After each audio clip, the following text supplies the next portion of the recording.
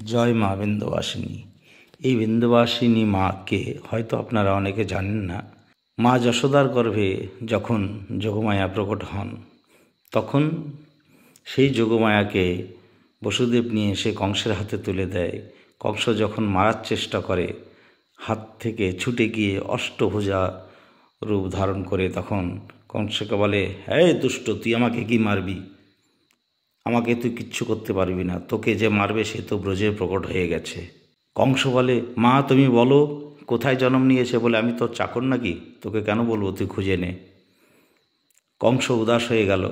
সেই মা তখন যে বিন্ধ্যাঞ্চলে যে স্থিত হলেন, বলা হয়ে থাকে এখানে মা 3 রূপে বিরাজমান করে থাকেন, লক্ষ্মী, কালী এবং সরস্বতী।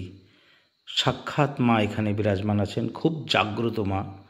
নবরাত্রির সময় লাখো লাখো লোকের ভিড় হয়ে থাকে এখানে। যে সমস্ত ভক্তরা শ্রদ্ধা এবং ভাব নিয়ে এই মায়ের কাছে আরাধনা পূজা করে থাকেন, মা তাদের সমস্ত শ্রদ্ধালু ভক্তদের মনোকামনা পূরণ করে। জয় মা বিন্ধ্যবাসিনী। ভিডিওটি কেমন লাগলো কমেন্ট করে জানাবেন এবং এই ধরনের আরও ভিডিও পাওয়ার জন্য চ্যানেলটিকে সাবস্ক্রাইব করবেন। রাধে রাধে।